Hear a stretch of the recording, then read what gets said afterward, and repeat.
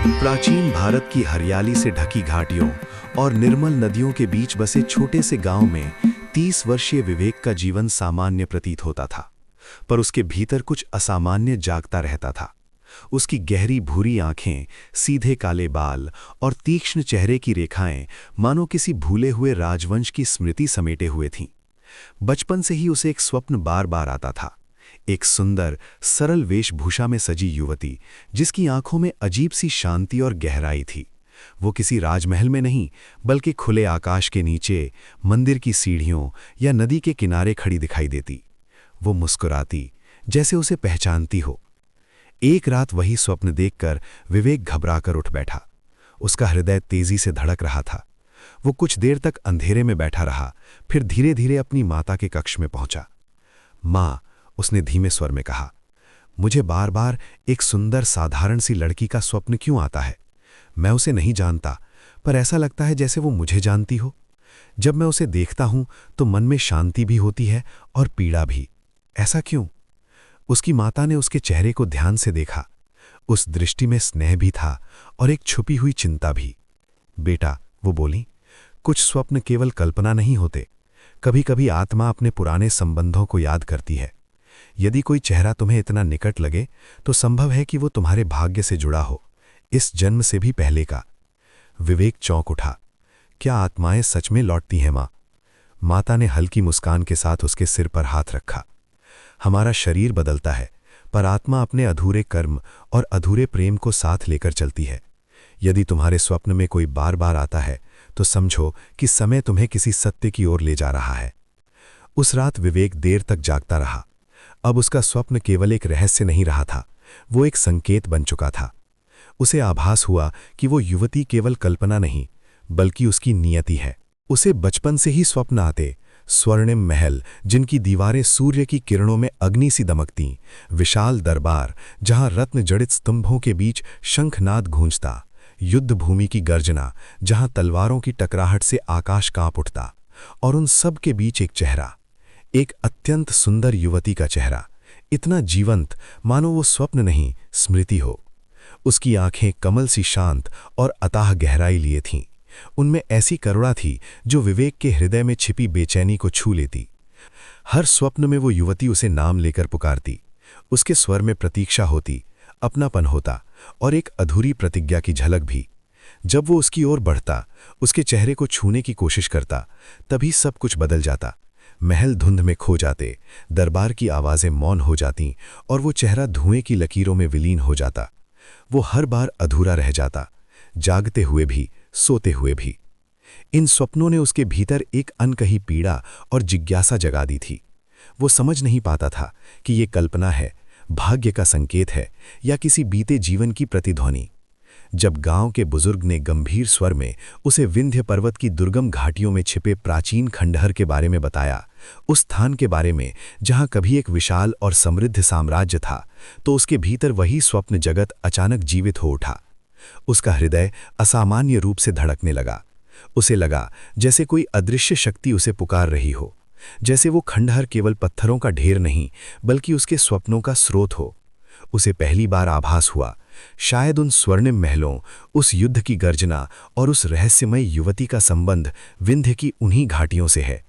और उसी क्षण उसने तय कर लिया, वो उस खंडहर तक अवश्य जाएगा, चाहे वहां उसे सत्य मिले या उसके स्वप्नों का अंतिम उत्तर। पर जाने से पहले वो अपनी माता के पास पहुंचा। उसकी माता आंगन में दीपक जलाकर तुलसी के पास प्रार्थना कर रही थीं। विवेक कुछ क्षण मौन खड़ा रहा, फिर धीरे से बोला, माँ, मैं विंध्य पर्वत की उन घाटियों में जाना चाहता हूँ जहां वो प्राचीन खंडहर है। मेरे स्वप्न और मन की बेचैनी मुझे वहां बुला रही है।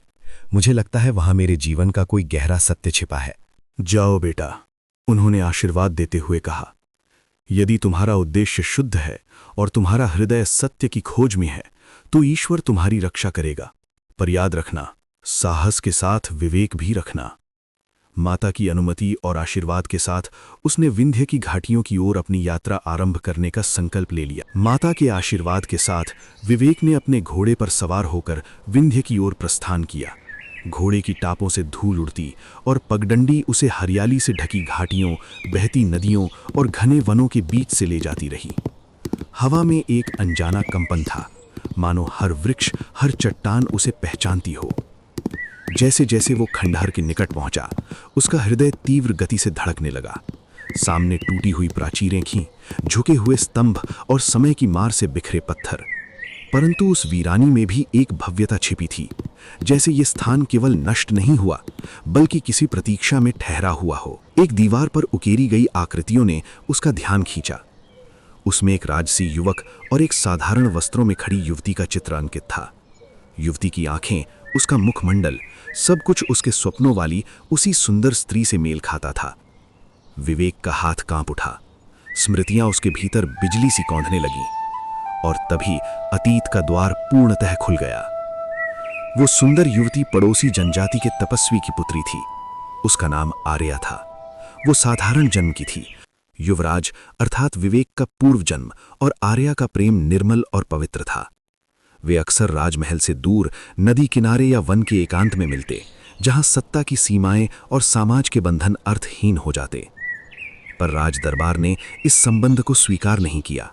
मंत्रियों और सेनापतियों ने इसे राजवंश की मर्यादा के विरुद्ध बताया।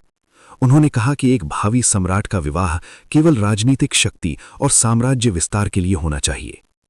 पर युवराज ने प्रेम को सत्ता से ऊपर रखा। उसने स्पष्ट कहा, राज्य की शक्ति तलवार से नहीं, सत्य और प्रेम से बढ़ती है।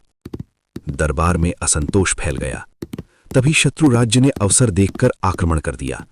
युद्ध की आहट के साथ ही दरबार ने सुझाव दिया कि शांति और गठबंधन के लिए युवराज का विवाह किसी शक्तिशाली राज्य की राजकुमारी से कर दिया जाए।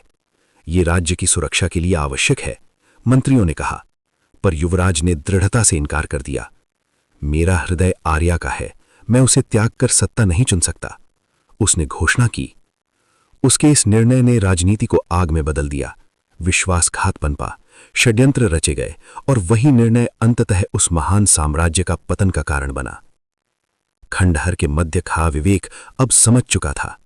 उसके स्वप्न केवल कल्पना नहीं थे, वे उसके अपने अतीत की पुकार थे। और आर्या, वो केवल एक स्मृति नहीं, उसकी अधूरी नियति थी। पर दरबार की राजनीति यहीं नहीं रुकी। युवराज और आर्या के प्रेम को समाप्त करने के लिए षड्यंत्रकारियों ने एक और भयावह योजना रची। मंत्रियों ने झूठी अफवाह फैलानी शुरू कर दी कि आर्या वास्तव में पड़ोसी राज्य की जासूस है। उन्होंने कहा कि वो अपनी मधुर वाणी और बुद्धिमता से युवराज का विश्वास जीतकर राज्य के रहस्य जानना चाहती है। धीरे धीरे ये झूठ पूरे दरबार में फैल गया। कुछ लालची मंत्री और सेनापति जो सत्ता और प्रभाव खोने से डरते थे, इस झूठ को सच साबित करने में जुट गए। एक दिन जब युवराज सीमा पर युद्ध की तैयारी में गया हुआ था, षड्यंत्रकारियों ने आर्या को पकड़वा लिया। उसे राज दरबार में लाया गया और उस पर जासूसी और जादू टोने के आरोप लगाए गए। आर्या शांत खड़ी रही। उसके चेहरे पर भय नहीं था, केवल एक गहरी उदासी थी, मानो वो जानती हो कि ये न्याय नहीं बल्कि षड्यंत्र है। युवराज को जब ये समाचार मिला तो वो तुरंत वापस महल की ओर दौड़ा, परंतु तब तक बहुत देर हो चुकी थी। दरबार के एक लालची और महत्वाकांक्षी मंत्री ने क्रोध और सत्ता लालसा में निर्णय सुनवा दिया, आर्या को मृत्यु दंड दिया जाएगा। जब उसे अंतिम बार दरबार के सामने लाया गया तो आकाश में अजीब सी निस्तब्धता छा गई, हवा तक जैसे ठहर गई थी। आर्या ने अंतिम बार आकाश की ओर देखा, फिर शांत स्वर में कहा, यदि हमारा प्रेम पवित्र है तो ये राज्य अपने अन्याय का दंड भुगतेगा और तुम लौटोगे। पर जब तक तुम प्रेम और न्याय को सत्ता से ऊपर नहीं रखोगे, ये भूमि श्रापित रहेगी। उसके शब्दों के साथ ही तेज हवा चलने लगी। आकाश में बादल गरज उठे, मानो स्वयं प्रकृति उस अन्याय की साक्षी बन रही हो। जब युवराज महल पहुंचा तब सब समाप्त हो चुका था। जमीन पर पड़ा हुआ, जीवन और मृत्यु के बीच झूलती हुई आर्या। उसका हृदय धड़क नहीं रहा था। युवराज का चेहरा पीड़ा और भय से भर गया। वो दौड़ा, उसका हाथ पकड़ने लगा, पर कुछ भी देर हो चुकी थी। वो उसी क्षण अपने प्रेम और अधूरे कर्तव्य की पीड़ा में हिलकर गिर पड़ा। उसके होठों से धीरे से निकला, यदि भाग्य ने मुझे जीवन दिया तो मैं लौटूंगा और उस अन्याय का प्रायश्चित करूंगा। पर जैसे ही उसने अंतिम शब्द कहे, उसकी आंखें बंद हो गईं। युवराज वहीं आर्या के पास अपने प्रेम और न्याय की प्रतिज्ञा के साथ मृत पड़ा रहा। खंडहर की दीवारों में टूटी हुई छतों के बीच केवल मौन गूंज रहा था। हवा थमी और सूर्य की धूप जैसे क्षणिक शोक के बीच छिड़क रही हो। तब आकाश से हल्की रोशनी टपकी, मानो स्वयं प्रकृति ने उनकी प्रतिज्ञा को स्वीकार कर लिया हो। युवराज और आर्या की आत्माएं उनके अधूरे प्रेम और न्याय की कहानी लेकर समय के प्रवाह में विलीन हो गईं, एक पुनर्जन्म की प्रतीक्षा में। उसी क्षण खंडहर की टूटी हुई दीवारों के बीच एक वृद्ध तपस्वी प्रकट हुए। उनकी दाढ़ी लंबी और जटिल, आंखों में गहराई और मुख पर शांति की झलक थी। उन्होंने स्थिर और गंभीर स्वर में घोषणा की, सुनो बेटा, ये राज्य पतन के कारण नहीं बल्कि षड्यंत्र और धोखे के खेल का शिकार हुआ। युवराज निर्दोष था, उसका प्रेम पवित्र था, पर सत्ता और लालसा ने उसे असहाय कर दिया। भय, संदेह और ईर्ष्या ने उसे राजगद्दी से दूर कर दिया और उसकी प्रिय आर्या को भी अन्याय का सामना करना पड़ा। लेकिन जान लो, उनकी आत्माएं अधूरी नहीं रह सकती। वे दोनों पुनर्जन्म लेंगी। खंडहर के मध्य खड़ा विवेक कांप उठा। वो युवराज था, वो निर्दोष था, और वही प्रतिज्ञा, वही श्राप सदियों बाद विवेक के स्वप्नों में जाग उठी थी। गांव लौटते समय विवेक का हृदय हल्का और स्थिर था। खंडहर में देखे गए दृश्य, तपस्वी की भविष्यवाणी और चांदी का कंगन सब उसके मन में गूंज रहे थे। अब वो जान चुका था कि उसके स्वप्न केवल कल्पना नहीं थे, वे बीते जीवन की स्मृतियां थीं, और उसकी नियति में वही युवती, वही आर्या फिर से शामिल थी। कुछ महीनों बाद गांव के आसपास के अन्य गांवों में उत्सव और मेलों का समय आया। इसी दौरान उसकी दृष्टि पड़ोसी गांव की एक युवती पर पड़ी। उसकी आंखें, उसकी मुस्कान और उसकी सहजता पहले जीवन की आर्या की याद दिला रही थी। नाम था आराध्या। विवेक ने महसूस किया कि समय और जीवन ने उसे उसका अधूरा प्रेम वापस लौटा दिया था। आराध्या भी उसे पहचान रही थी, पर उसकी स्मृतियां उसके भीतर धीरे धीरे जाग रही थीं। विवेक ने अपनी मां के पास जाकर सच बताया। उसने धीरे और सम्मानपूर्वक कहा, मां, मैं आराध्या से विवाह करना चाहता हूं। वो मेरी जिंदगी का वही अधूरा हिस्सा था जिसे मैं खो चुका था। विवेक की मां ने उसकी आंखों में सच्चाई और प्रेम देखा। वो उत्साहित होकर अपने गांव गईं और आराध्या के माता पिता के पास जाकर विवाह की अनुमति मांगी। आराध्या के माता पिता ने विवेक की मां और उसके बेटे की ईमानदारी और प्रेम देखकर सहमति दे दी। दोनों परिवारों की सहमति से शादी की तैयारियां शुरू हुईं। गांव के बुजुर्गों और लोगों ने इस मिलन का उत्साहपूर्वक स्वागत किया। धीरे धीरे विवेक और आराध्या ने अपने प्रेम और अतीत के रहस्यों को समझा। गांव के लोग जो उनके प्रेम और साहस से परिचित थे, ने इस विवाह का आशीर्वाद दिया। विवेक और आराध्या का विवाह संपन्न हुआ। मांग में बंधा वो चांदी का कंगन जो विवेक ने खंडहर में पाया था, इस बार आराध्या की कलाई में सजता था।